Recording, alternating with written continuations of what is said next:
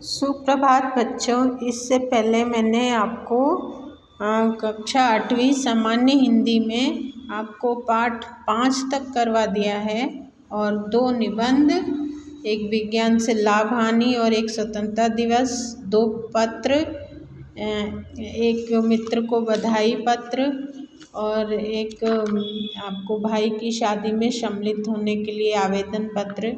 ये 2 पत्र और 5 पाठ तक हो गए हैं। अब मैं आपको पाठ 6 हीरा कुड़ी समझाने जा रही हूँ। इस पाठ में आपको एक ग्वालिन है, उसका नाम है हीरा, और उसी ग्वालिन की एक गाय है जिसका नाम है कुड़ी। हीरा का 1 महीने का बच्चा है और गाय का भी एक बछिया है, वो भी 1 महीने की है। हीरा रायगढ़ के पर्वत पर चढ़कर महाराष्ट्र के राजा को दूध देने जाया करती थी। राजा कुड़ी गाय का दूध पीकर आनंद मनाता था। बछिया रोती थी। हीरा के मन में बछिया के लिए किसी भी दिन दया नहीं जागती थी।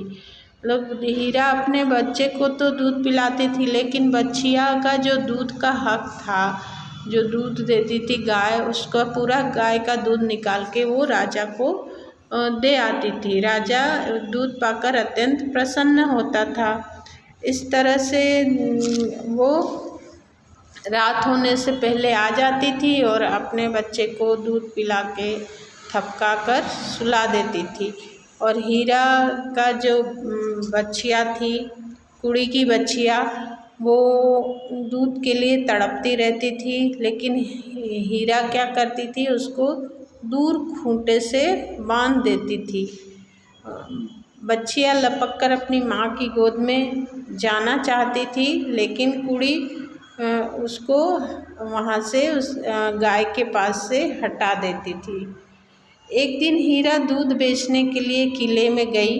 वहाँ दूध का मूल्य चुकाने में राजा के जो कोषाध्यक्ष थे, जो पैसे देते थे, उन्होंने देरी कर दी, जिससे क्या हुआ कि वो महल का फाटक बंद हो गया। हीरा अंदर ही महल के अंदर फंस गई है, वो बाहर नहीं निकल पाई। वो उसने पहरेदारों को कहा कि मुझे बाहर निकलने दो, मेरा छोटा सा बच्चा है, वो मेरे बिना नहीं रह पाएगा। हीरा का मन बच्चे के लिए छटपटाने लगा। वह रोकर कहने लगी, मेरा मुन्ना भूखा है, तुम्हारे पैर पड़ती हूँ, फाटक खोल दो। लेकिन राजा के पहरेदारों ने फाटक नहीं खोला और वो बहुत मिन्नतें करने के बाद वो जब उन्होंने नहीं खोला, अंधेरा हो गया, रात होने को आई, सूरज छिप गया, पंछी पंख फैलाकर अपने चले गए अपने बसेरे में। सभी लोग अपने अपने घर चले गए। हीरा सोचने लगी कि मेरे पास अगर पंख होता तो मैं भी उड़कर किले से बाहर निकल जाती और अपने रोते हुए बच्चे को दूध पिलाती।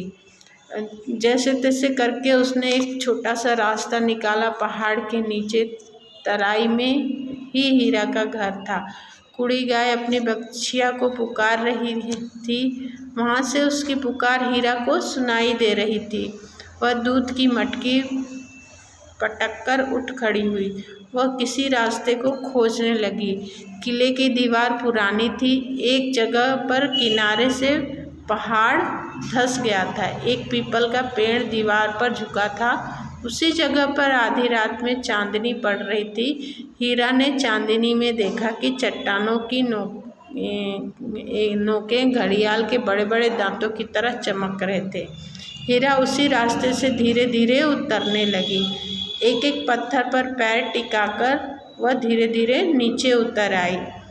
अब उस समय तक बहुत ज़्यादा अंधेरा हो गया था। सुबह होने को आ गई थी। बच्चा रो रो कर सो गया था। हीरा सोते हुए बच्चे को उठाकर छाती से लगाकर दूध पिलाने लगी।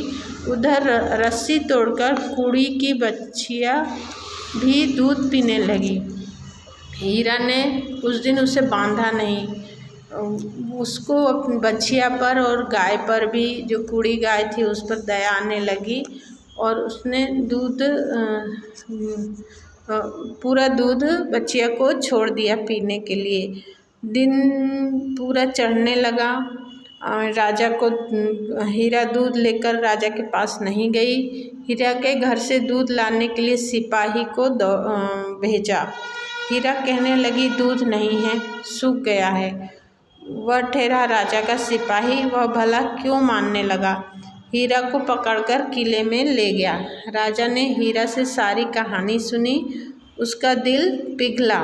राजा ने हीरा को एक गांव जागीर में दे दिया और जिस रास्ते से हीरा अपने बच्चे से मिलने के लिए अपनी जान संकट में डालकर गई थी, राजा ने उस रास्ते का नाम हीरा कुड़ी रख दिया।